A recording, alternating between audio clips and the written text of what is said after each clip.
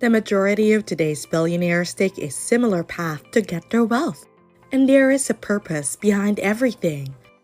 The ability to produce money in the appropriate form is unshakable because, as John D. Rockefeller famously stated, it is the most stable thing in the world. Take into account the possibility of earning any sum of money you desire. You might think that's something you can only imagine and hope for, but I'll debunk that notion today. Because if you examine John D. Rockefeller's path to becoming a billionaire, you'll discover some groundbreaking financial strategies that can make you wealthy. You're still not convinced, are you? Then watch the entire video to come to your own conclusion, and I assure you that it's gonna be helpful. Welcome to the Wealth Builder Den, your way to financial freedom. We'll help you make good investments and informed financial decisions to build your wealth. Subscribe to the channel. We'll share investment tips and tricks on how to save money and becoming wealthy. Don't forget to click the notification bell to be updated. This will help you avoid wasting any more money. Now, let's get straight into the videos. The first person to earn $1 billion is John Rockefeller. Rockefeller's father lent him $1,200 plus his own $800, totaling $2,000 initial investment to start his first company. And when Rockefeller passed away in 1937, his fortune was reportedly worth $1.4 billion. This approximates $318 billion in the world as it is today. He was even richer than Elon Musk, the richest man in the world today, with an estimated net worth of only $250 billion. I came to the conclusion that John Rockefeller's financial success can be attributed to only a handful of financial skills. After reading his biography in greater detail, I'll show you the importance of his fundamentals and approach regarding money.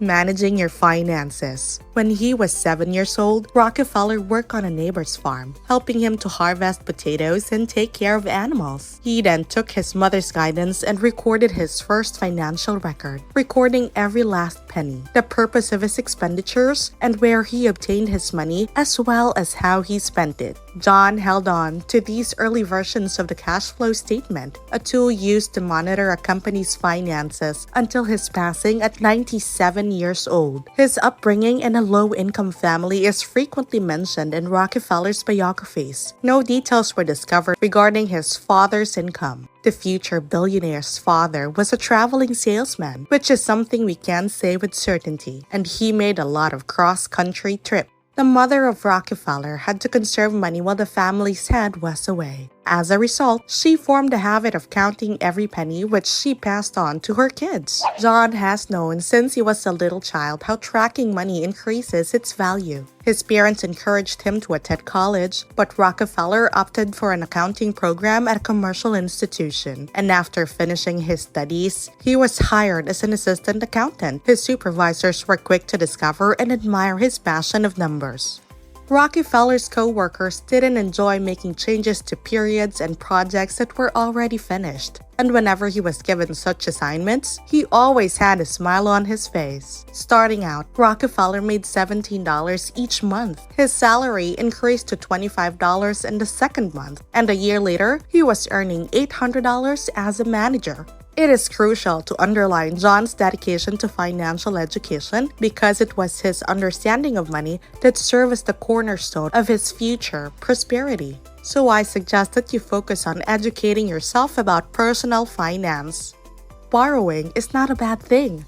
Borrowed money is viewed by business owners as something negative or risky that should be avoided, but they don't need to be viewed as negative, as demonstrated by Rockefeller's example. Rockefeller most certainly would have worked for hire his entire life if he hadn't borrowed the money from his father to start his own business. Rockefeller's company frequently relied on borrowed money. Despite having sufficient personal finances, he favored selling shares to other investors. Along with investing, he also kept some of his personal money in reserve. Additionally, even in the absence of investors, he would finance the following initiative fully on his own. Rockefeller started out with a small logistics firm.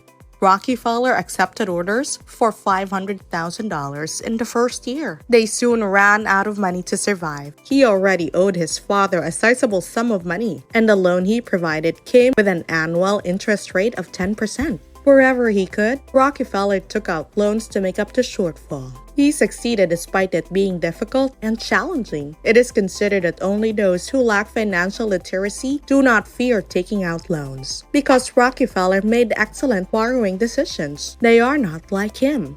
Meet the obligations you have. Rockefeller took extra efforts to meet his duties, especially those related money.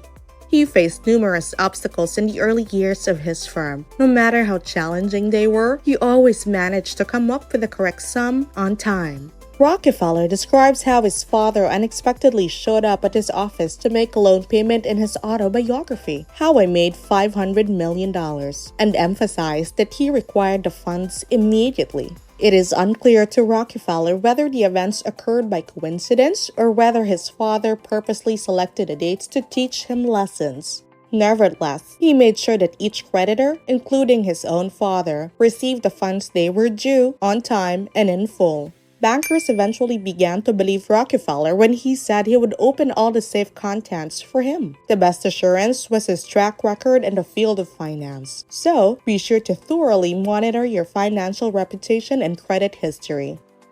Every choice comes with a cost. Rockefeller did not behave spontaneously, which allowed him to borrow money without concern and consistently meet his obligations. Each choice was thoughtfully considered before being made. He always considered how he would repay the money, the amount of profit he would make on the loaned money, how soon, and the amount he has to pay back. He measured the amount and time frame of growth if he invested his own money. Rockefeller poured millions of dollars into his businesses. Rockefeller did not reject an investment if it resulted in increase in output or a decrease in expenses that increased earnings. Rockefeller was the first in the U.S. to go from using horses to transport oil in wooden barrels to using rail cars to transport oil in tanks. He did this by operating trains throughout the nation. When he realized the harm caused by frequent fires, he was the one who decided to stop making savings on the refinery safety. And the first refineries in the United States were actually sheds. The oilmen believed that the oil industry was prosperous. However, it will eventually all be pumped out, so they could not see the benefit of spending money on the infrastructure. When Rockefeller started exporting oil, he needed equipment to quickly transport it from barrels to ships. The essential railway stations were outfitted by Rockefeller on his own dime. The railroad appeared to have received them for nothing at first. However, this together with the amount of transportation was used as justification for reducing the tariff, which allowed Rockefeller to ship oil by rail for 3 times less than his rivals. Several iron mines are also owned by Rockefeller. He constructed his own fleet from the ground up after realizing that using ships to move people and goods to port and blast furnaces was more profitable than using trains. His business partners were hesitant to invest in Rockefeller's discoveries because they were deemed too risky. In these situations, he responded that he'll invest all by himself, but the profits will all go to himself as well. The partners then shortly began to be understanding. All of them were aware that a profit would doubtfully be made because Rockefeller was willing to make investments independently. There are financial realities that have proven time and time again and have made numerous millionaires. That is precisely what John Rockefeller's financial expertise is all about. The majority of you could be put off by how easy and accessible they are. However, those who can effectively manage things and establish their courage inside oneself can quickly learn their financial objectives. Now I hope you guys learned some useful information from this video. We appreciate you for staying till the end. Let us know what you think in the comments section below.